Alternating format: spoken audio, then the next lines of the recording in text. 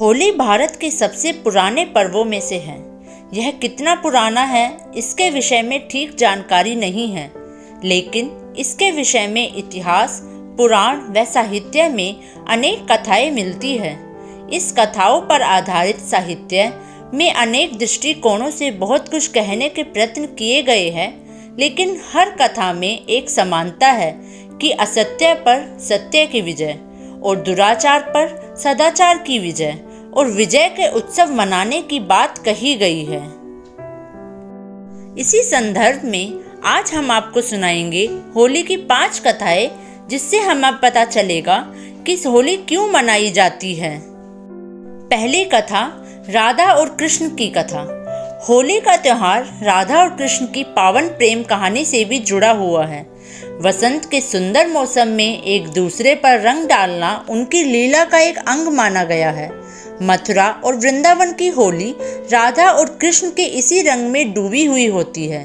बरसाने और नंदगांव की लठमार होली तो प्रसिद्ध है ही देश विदेश में। श्री कृष्ण के अन्य स्थलों पर भी होली की परंपरा है। यह भी माना गया है कि भक्ति में डूबे जिज्ञासुओं का रंग बहंग रंगों से नहीं खेला जाता, रंग खेला जाता है भावनाओं से। रंग खेला जाता है सद्भावना बढ़ाने के लिए। रंग होता है प्रेम का, रंग होता है भाव का, भक्ति का, विश्वास का। होली उत्सव पर होली जलाई जाती है अहंकार की, अहम की, वैर द्वेष की, ईर्ष्या मत्सर की, संशय की, और पाया जाता है कि विशुद्ध प्रेम अपने आराध्य का।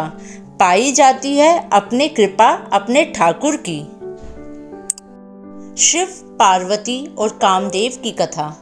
शिव और पार्वती से संबंधित एक कथा के अनुसार हिमालय पुत्री पार्वती चाहती थी कि उनका विवाह भगवान शिव से हो जाए, पर शिवजी अपनी तपस्या में लीन थे। कामदेव पार्वती की सहायता को आए। उन्होंने पुष्प बाण चलाया और भगवान शिव की तपस्या भंग कर दी। शिवजी को बड़ा क्रोध आया और उन्होंने अपनी तीसरी आंख खोल दी। उनके क्रोध की ज्वाला में कामदेव का शरीर भस्म हो गया। फिर शिवजी ने पार्वती को देखा। पार्वती की आराधना सफल हुई और शिवजी ने उन्हें अपनी पत्नी रूप में स्वीकार कर लिया। इस कथा के आधार पर होली की आग में वासनात्मक आकर्षण को प्रतीकात्मक रूप से जलाकर सच्चे प्रेम की विजय का उत्सव मनाया जाता है। एक अन्य कथा के अनुसार कामदेव के भस्म हो जाने पर उनकी पत्नी रति ने विलाप किया और शंकर भगवान से कामदेव को जीवित करने की गुहार की। ईश्वर प्रसन्न हुए और उन्होंने कामदेव को पुनर्जीवित कर दिया। यह दिन होली का दिन होता है। आज भी रति के विलाप को लोक संगीत के रूप में मनाया जाता है और चंदन की लकड़ी को अग्निदान किया जाता है ताकि कामदेव को भस्म होने में पीड़ा ना हो। साथ ही बाद में कामदेव के जीवित होने की खुशी में रंगों का त्योहार मनाया जाता है। प्रहलाद और होलिका की कथा। होली का त्योहार प्रहलाद और होलिका की कथा से भी जुड़ा हुआ है। विष्णु पुराण की एक कथा के अनुसार प्रहलाद के पिता असुरराज हिरण्यकश्यपु ने तपस्या कर देवताओं से यह वरदान प्राप्त कर लिया कि वह न तो पृथ्वी पर मरेगा न आकाश में, न दिन में मरेगा न रात में, न घर में मरेगा न बाहर, न अस्त्र से मरेगा न शस्त्र से, न मानव से मरेगा न पशु से। इस वरदान को प्राप्त करने के बाद वह स्वयं को अमर समझकर नास्तिक और निरंकुश हो गया। वह चाहता था कि उनका पुत्र भगवान नारायण की आराधना छोड़ दे, परंतु प्रहलाद इस बात के लिए तैयार नहीं था। हिरण्यकश्यपु ने उसे बहुत सी प्राणात्मक यातनाएं दी, लेकिन वह हर बार बच निकला। हिरण्यकश्यप की बहन होलिका को यह वरदान प्राप्त था कि वह आग में नहीं जलेगी, अतः उसने होलिका को आदेश दिया कि वह प्रहलाद को लेकर आग में प्रवेश कर जाए, जिससे प्रहलाद जलकर मर जाए।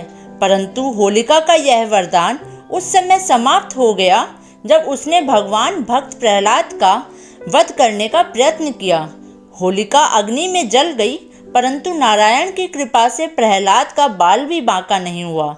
इस घटना की याद में लोग होलिका जलाते हैं और उसके अंत की खुशी में होली का पर्व मनाते हैं। कंस और पूतना की कथा। कंस ने मथुरा के राजा वसुदेव से उनका राज्य छीनकर अपने अधीन कर लिया। स्वयं सेवक बनाकर अत्याचार करने लगा। एक भविष्यवाणी द्वारा उसे पता चला कि वसुदेव और देवकी का 8वां पुत्र उसके विनाश का कारण होगा। यह जानकर कंस व्याकुल हो उठा और उसने वसुदेव तथा देवकी को कारागार में डाल दिया।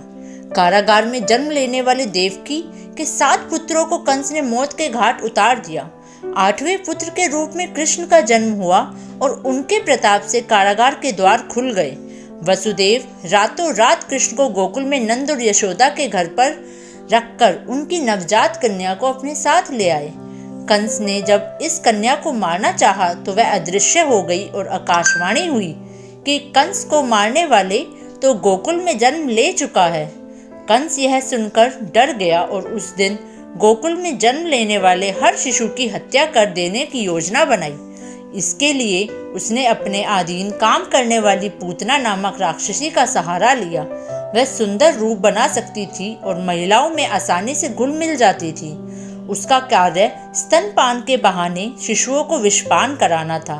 अनेक शिशु उसका शिकार हुए, लेकिन कृष्ण की उसकी सच्चाई को समझ गए और उन्होंने पूतना का वध कर दिया। यह फागुन पूर्णिमा का दिन था, अतः पूतना वध की खुशी में होली मनाई जाने लगी।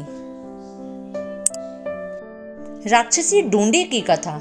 राजा पृथु के समय में डूंडी नामक एक कुटिल राक्षसी थी। वह अबोध बालकों को खा जाती थी। अनेक प्रकार के जप तप से उसने बहुत से देवताओं को प्रसन्न करके उसने वरदान प्राप्त कर लिया था कि उसे कोई भी देवता, मानव, अस्त्र या शस्त्र नहीं मार सकेगा, ना ही उस पर सर्दी, गर्मी और वर्षा का कोई असर होगा। इस वरदान के बाद उसका अत्याचार बढ़ गया क्योंकि उसको मारना असंभव था। लेकिन शिव के एक शाप के कारण बच्चों की शरारतों से वह मुक्त नहीं थी। राजा पृथु ने डूंडी के अत्याचारों से तंग आकर राज पुरोहित से उसे छुटकारा पाने का उपाय पूछा। पुरोहित ने कहा कि यदि फाल्गुन मास की पूर्णिमा के दिन जब न अधिक सर्दी होगी और न गर्मी, सब बच्चे एक एक लकड़ी लेकर अपने घर से निकले, उसे एक जगह पर रखे और घास फूस रखकर जला दे। ऊंचे स्वर में तालियां बजाते हुए मंत्र पढ़े और अग्नि की प्रदक्षिणा करे। जोर जोर से हंसे, गाए, चिल्लाए और शोर करे तो राक्षसी मर जाएगी। पुरोहित की सलाह का पालन किया गया और जब डूंडी इतने सारे बच्चों को देखकर अग्नि के समीप आई तो बच्चों ने एक समूह बनाकर नगाड़े बजाते हुए डूंडी को घेरा। धूल और कीचड़ फेंकते हुए उसको शोरगुल करते हुए नगर के बाहर खदेड़ दिया। कहते हैं कि इसी परंपरा का पालन करते हुए आज भी होली पर बच्चे शोरगुल और गाना बजाना करते हैं। ऐसे ही और कथाएं और कहानियाँ सुनने के लिए हमारे चैनल को लाइक और सब्सक्राइब करें। धन्यवाद।